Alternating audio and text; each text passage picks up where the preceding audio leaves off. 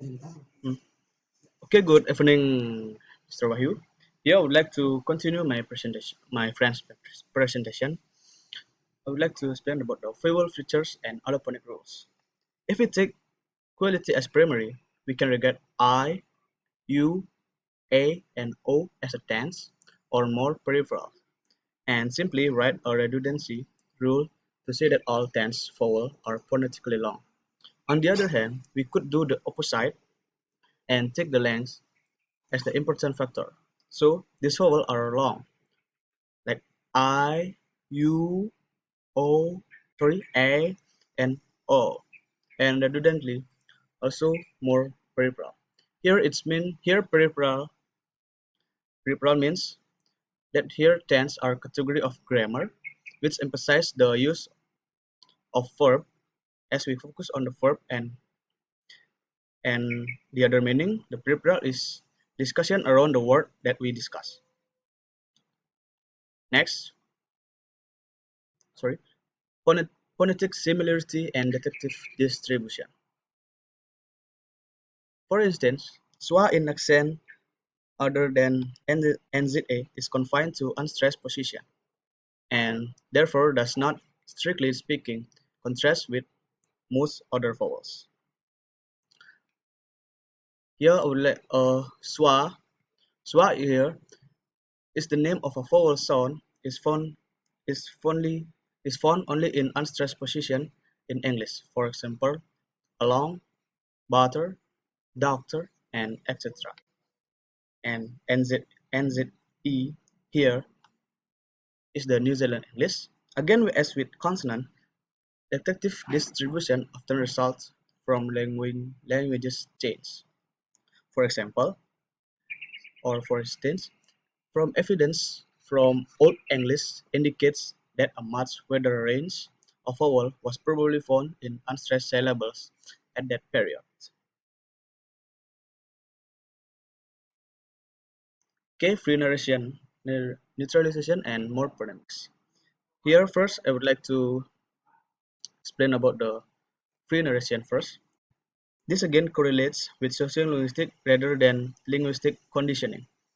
For instance, in New Zealand English, some speech produce oo here, it should be oo, nurse, the nurse vowel with lip rounding, more significantly so in informal circumstance.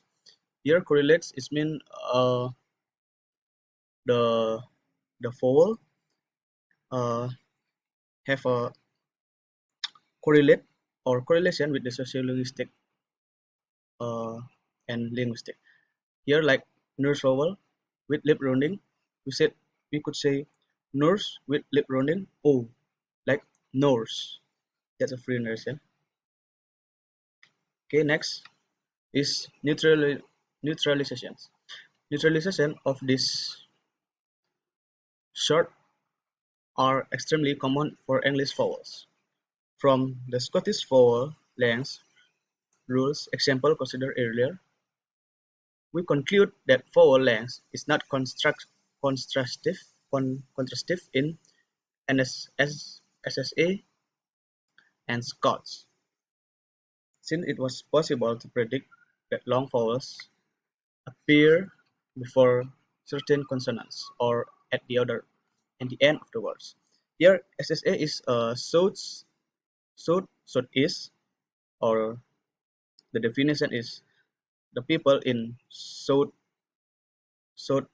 or southeast how they use the English. That's SSA. Okay, and the last slide is more phonemics.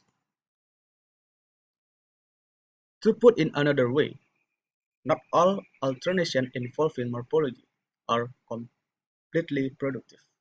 Sometimes the morphology are not productive, like we say the words or for vowel that's not productive in direction. Yeah, the only comfort that is that native speaker, at least during acquisition here and sometimes later to do. Acquisition is here It's like uh, the take over language like here. Fun is just as much or a challenge as simply demonstrate by swing for swing or